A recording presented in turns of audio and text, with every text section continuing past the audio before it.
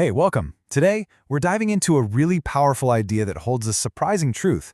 The secret to achieving more is, a lot of the time, to actually do less. It's one of those mental models that once you see it, you start seeing it absolutely everywhere. So, let's get right into it.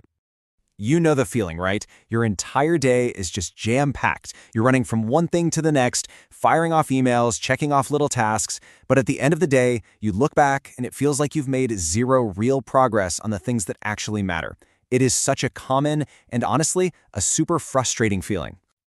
Well, that disconnect you feel between being busy and being effective, that's not just in your head. It actually points to a really powerful idea that can help you fix it. And that idea is the 80-20 principle. So what exactly is this principle? Let's really break it down. It all comes down to this core concept of the vital few versus the trivial many. And trust me, it's way simpler and way more profound than you might think. Okay, at its heart, the 80-20 principle just points out this fundamental imbalance in the world. It says that for most things, a small chunk of your efforts, we're talking about 20%, is probably producing the huge majority of your results, like 80%. And this isn't some rare exception, it's pretty much the rule. So think of it this way. On one hand, you've got the vital few. This is that critical 20% of what you do that's generating 80% of your success. But on the other hand, you've got the trivial many. That's the other 80% of your activities that only squeak out maybe 20% of your results. Now here's the trap. Most of us go through our days treating everything like it's equally important, and that's where we get stuck. And this isn't just some new productivity hack. No, this idea was first spotted over 100 years ago by an Italian economist, Pareto. He was just looking around and he noticed that in Italy, 80% of the land was owned by just 20% of the people. This led him to a huge realization. The world isn't balanced. We have to learn to focus on the few things that really matter and learn to ignore the huge mass of stuff that just doesn't. And that's why you'll also hear this called the Pareto Principle. To really make this idea click, let's use a classic analogy. Picture this. I give you an empty glass jar, and next to it, I've got a pile of big rocks, some small pebbles, and a bunch of sand. Your job is to get all of it to fit inside that jar. Okay, first, let's try it the wrong way. If you start by pouring in the sand and the pebbles, all the little emails, the minor tasks, the trivial many, the jar fills up almost instantly. Now try to put in those big rocks, your most important projects. It's too late. There's no room. Sound familiar? This is exactly how our most important goals get crowded out of our lives. So, let's reset. Empty the jar. This time, we're going to start by placing the big rocks in first.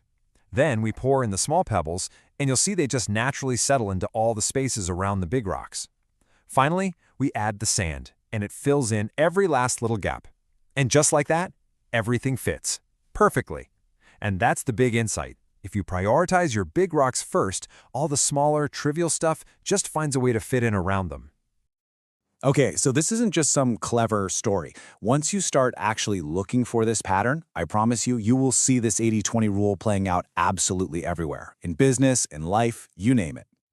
Let me just give you a few quick examples, and you'll see exactly what I mean. Let's start with where it all began, with Pareto's original observation. Roughly 20% of the people in the world control about 80% of the wealth. You see the exact same pattern in business all the time. It's super common for 20% of the customers to generate 80% of the revenue. And, let's be honest, it's also true that 20% of the clients can cause 80% of the headaches. It even shows up in your own closet. I mean, think about it. The odds are you wear about 20% of your clothes 80% of the time. We all have those few shirts or pairs of jeans we just keep going back to. The pattern is literally everywhere you look. And the list just goes on and on. From crime statistics to software bugs, this imbalance just holds true. The main idea here is that in almost any system, a tiny number of things are responsible for the vast majority of the outcomes. It's almost like a law of nature. So this is all great, but it leads to the really crucial question. How do we identify our own big rocks? How do we get good at separating that high-value 20% from the low-value 80%? Let's look at a super clear example. All right, let's imagine a doctor. She's got her 2-hour block of free time in her schedule. She looks at her to-do list, and there are 2 tasks in front of her. Both of them will take the full 2 hours to complete. Okay, now here is where it gets interesting. Look at the difference in value. Task number 1 is data entry. 2 hours of work saves the practice maybe $50. That's a classic trivial many task. But task number 2 is strategy, using those same 2 hours to plan how that patient data can actually grow the practice. The potential value there, $50,000 or even more. That is a vital few task.